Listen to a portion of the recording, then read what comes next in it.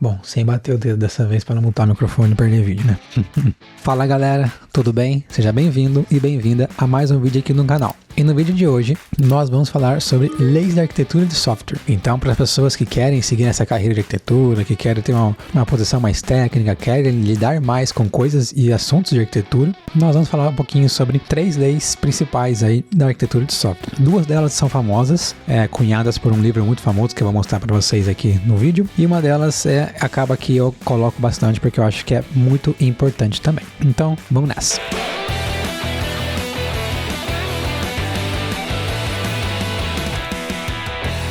Como de costume, aqui na minha máquina eu já tenho aberto o Sketchboard, né? E como também de costume, vamos começar colocando nossas anotações, né? Então, leis da arquitetura de software. Vamos aumentar isso aqui, deixar bem grandão, jogar aqui em cima.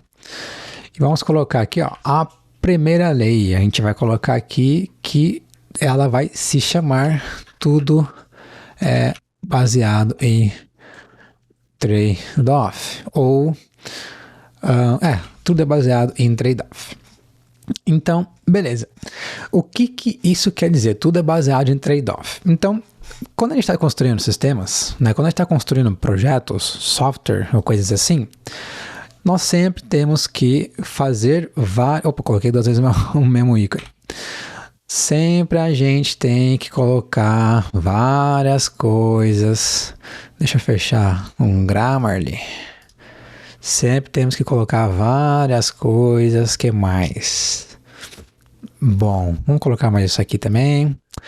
Então, qual que é o ponto? Então, por exemplo, a gente vai construir uma arquitetura monolita. Então, vai ter lá um único serviço funcionando. Ou a gente vai construir uma arquitetura distribuída com vários serviços. Então, coloca um serviço aqui, coloca outro aqui, coloca outro aqui. Aí, todos eles vão falar com um banco de dados só. Então, por exemplo, todos eles vão falar unicamente com esse banco de dados. Eles podem falar. Como que a gente vai fazer para comunicar com esse serviço? A gente pode colocar um load balancer aqui na frente, então load balancer. E aí ele vai distribuir a carga em todos os serviços aqui, né? Então, deixa eu trocar aqui, ó, service 1, service 2, service 3 e service 4. Beleza, então database, show de bola.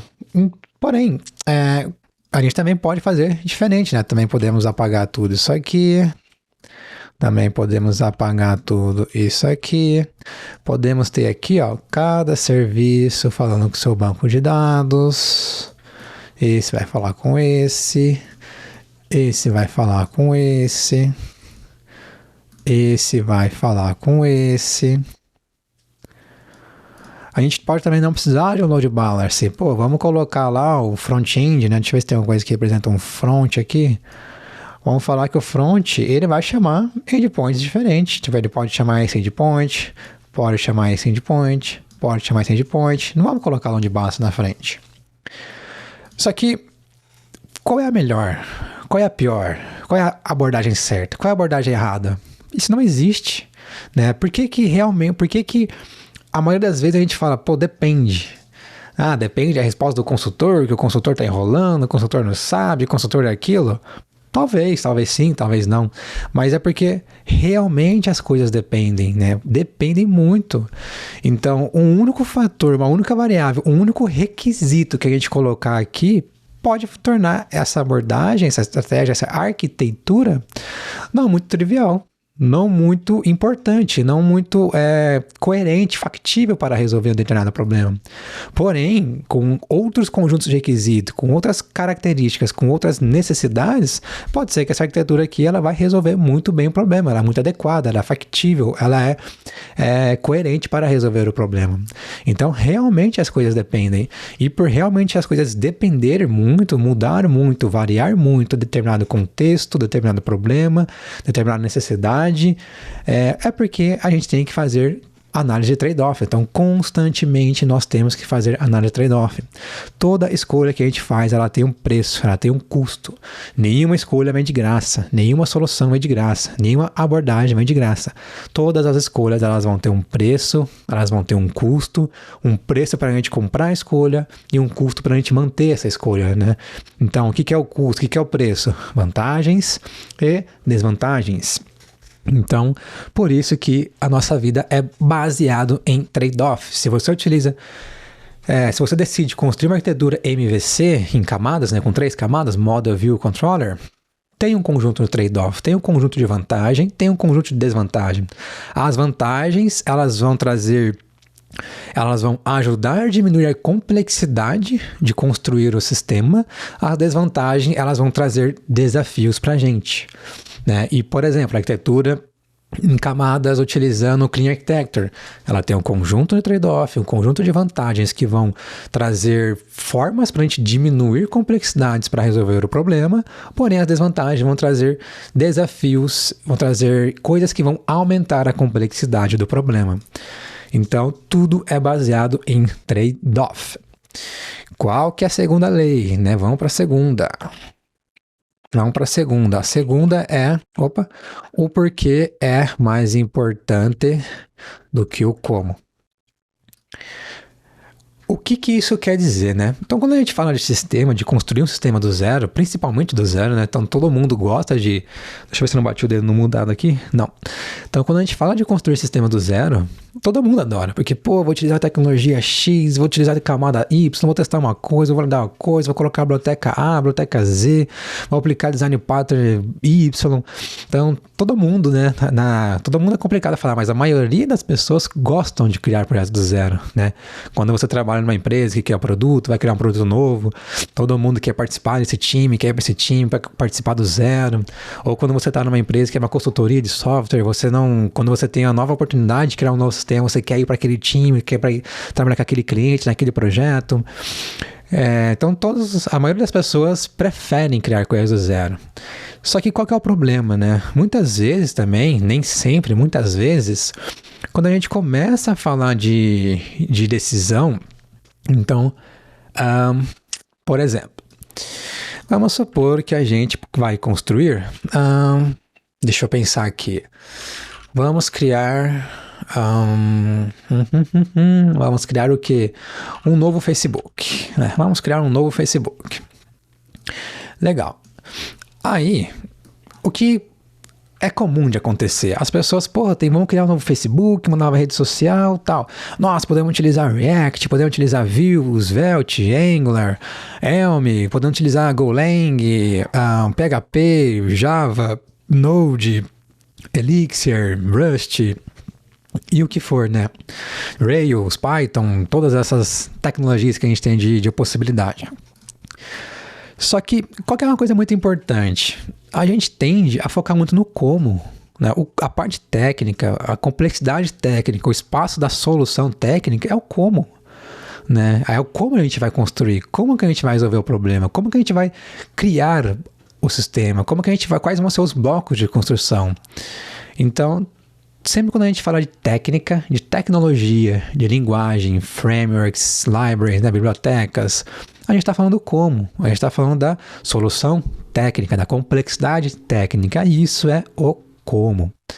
Mas por que é muito importante a gente focar no porquê? Por que devemos focar no porquê?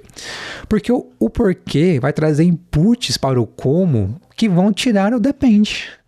Então, para construir um novo Facebook, Golang é a melhor solução? Elixir é a melhor solução? Eu não sei, depende. Quais são os requisitos que o sistema precisa atender? Quais são os requisitos que tecnicamente nós precisamos suportar o negócio? Então, o porquê, ele é muito mais importante que o como. É através do porquê, é através de uma boa levantamento de dados, de um bom levantamento de requisito, de uma boa fase de prospecção do sistema que a gente vai conseguir ter vários dados, várias informações que vão servir de input para o resultado da nossa solução técnica. Então, sem um porquê, não deveria existir um como. Então, você vai construir o quê? Não sei o que eu vou construir. Eu vou construir alguma coisa com React. Mas será que React é importante? Será que o React faz sentido? Será que o time já não conhece Vue? Será que o time já não construiu, publicou 4 ou 5 projetos em Vue em produção? Então por que colocar o React? Talvez não faz sentido, né? Então realmente as coisas dependem, e através do porquê nós vamos minimizar o depende, né? Nós não vamos ter dúvidas, nós vamos ter o mais certeza possível, vamos ser 100% certo, a gente consegue saber tudo, consegue descobrir tudo.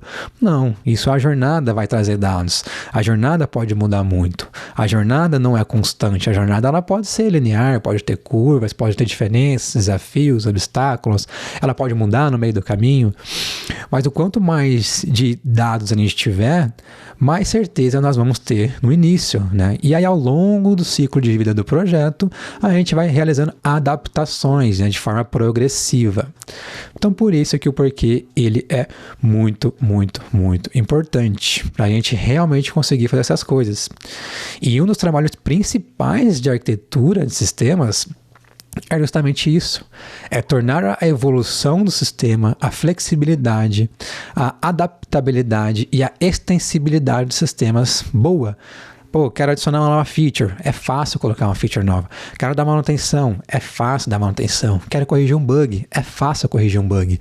Então tudo isso a gente precisa na arquitetura de software. É papel fundamental da arquitetura de software fazer isso. Eu estou falando que é papel do arquiteto ou da arquiteta? Não, estou falando que é papel da arquitetura e design de software e da engenharia de software. Pode ser um senior, um pleno, um júnior, um staff, um principal, fellow, arquiteto, lead, whatever que seja. Mas esses tópicos, esses assuntos, essas sessões são importantes para ao longo do ciclo de vida de qualquer projeto. Então, beleza. Então, a gente entendeu que a gente precisa, né? Então, nesse caso, o que a gente poderia focar no porquê? A gente poderia focar requisito. Quais são os requisitos? Então, por exemplo, a gente pode colocar aqui ter alta disponibilidade, funcionar mundialmente, possuir forma de criar lives, ter formas de pessoas criarem comunidades. Ou melhor, vou até trocar aqui o requisito, né, que não ficou legal. Vamos colocar aqui capacidades de negócio. Quais são as capacidades de negócio? O requisito a gente coloca aqui. Quais são os requisitos?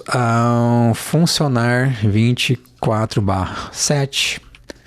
Atender por volta de 10 milhões de pessoas simultaneamente.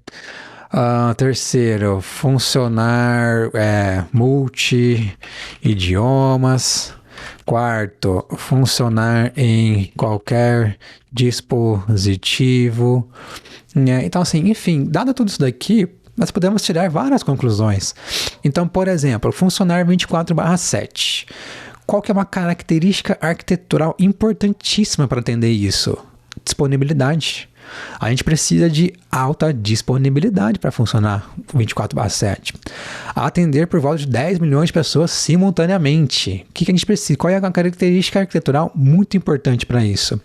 Escalabilidade. O sistema precisa escalar muito bem, precisa performar muito bem. Então aqui, né, na questão da escalabilidade, da performance, Golang, Elixir, Rust já começa a brilhar muito os nossos olhos, porque é uma solução que realmente visa a usufruir ao máximo o hardware que a gente vai disponibilizar para elas. O Node não consegue escalar, o Node não performa? Sim, o Node escala, o Node performa. Mas dada a maneira que o Node funciona, através de JavaScript, dada a maneira que isso vai ser interpretado e que isso vai chegar no processador para ser executado, as outras linguagens têm muito mais ganhos de performance, porque elas funcionam diferente, elas vão chegar na CPU de uma forma diferente e elas vão usufruir o hardware disponível de uma forma também diferente.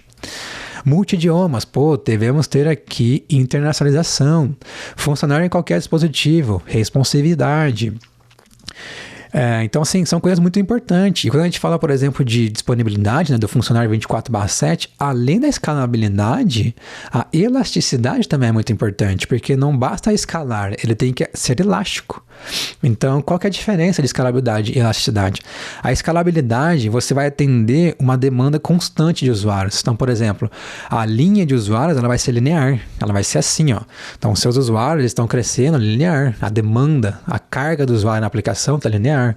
Então, 1 milhão, 2 milhões, 3 milhões, 4 milhões, 5 milhões, está indo de milhão a milhão, por exemplo. A elasticidade, o que ela visa atender?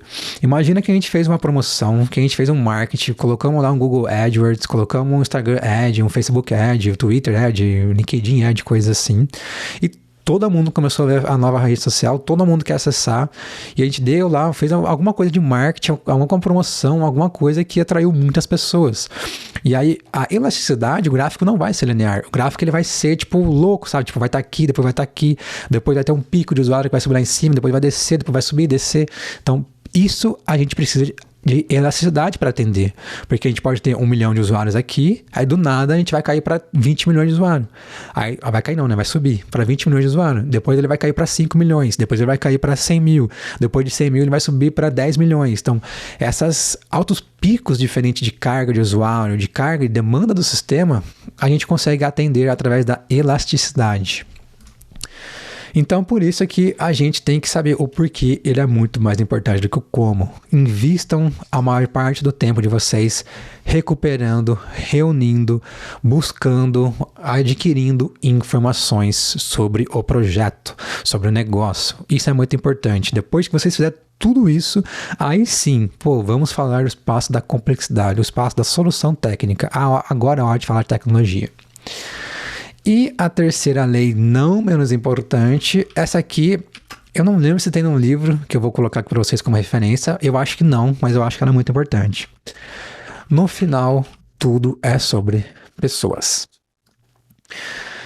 O que isso quer dizer?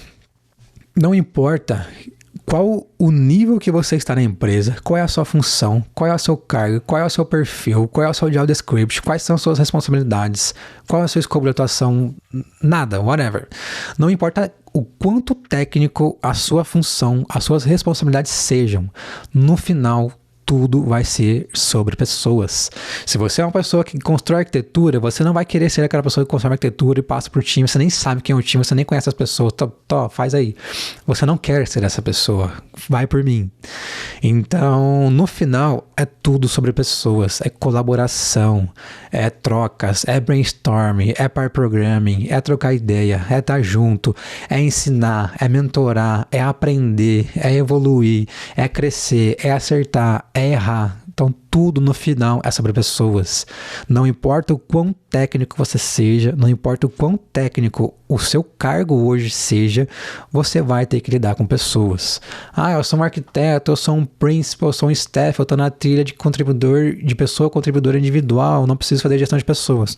Tudo bem, você não tem que fazer gestão de pessoas, mas você vai ter que lidar com pessoas, porque você pode ajudar pessoas com problemas técnicos, você pode ajudar times com desafios técnicos, você pode ajudar o seu cliente com problemas técnicos, você pode ajudar a sua empresa, a parte de business, entender um problema técnico de um cliente, propor uma solução, e essa solução você pode desenvolver junto com o time, validar com o time, pedir ajuda para o time, trocar com o time.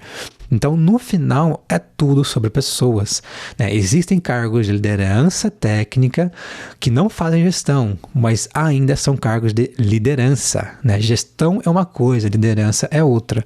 E toda liderança, pelo menos a maioria da liderança, você vai ter que lidar com pessoas. Então, no final, tudo é sobre pessoas. Não ache que se você virar um staff, você não vai precisar falar com pessoas. Não ache que se você virar um principal, não ache que se você virar um arquiteto, não ache nada disso. Em qualquer trilha que você seguir na programação, seja como um manager, na trilha da carreira Y, seja como uma pessoa contribuidora, independente da escolha que você fizer, da jornada que você fizer, do caminho que você seguir, você vai ter que lidar com pessoas em algum momento. E isso, no dia a dia, provavelmente vai ser na maior parte do tempo, você vai ter que lidar com pessoas. E é isso, espero que você tenha gostado. Então a gente falou um pouco sobre arquiteturas e software, leis de arquitetura, deu uma geral, trocamos uma ideia. Se você gostou, deixe seu like, isso ajuda muito o vídeo, isso ajuda muito o canal, ajuda muito o alcance das pessoas conseguirem ver esse vídeo, porque o YouTube vai compartilhar para mais pessoas. Comente também, vamos trocar uma ideia, vamos interagir, comente aí pra gente trocar umas ideias sobre o que você achou, outras opiniões e coisas assim. Compartilhe com pessoas, se você acha que você conhece alguma pessoa que vai se beneficiar vendo esse vídeo, compartilhe com ela, compartilhe na sua empresa, compartilhe com a galera aí, dá aquela força também. E é isso, o canal vai crescendo aos poucos mais pessoas vão vendo aí o nosso conteúdo, ao pouco essa comunidade vai aumentando e a gente tem, como de costume, normalmente encontros marcados na próxima sexta. Tchau!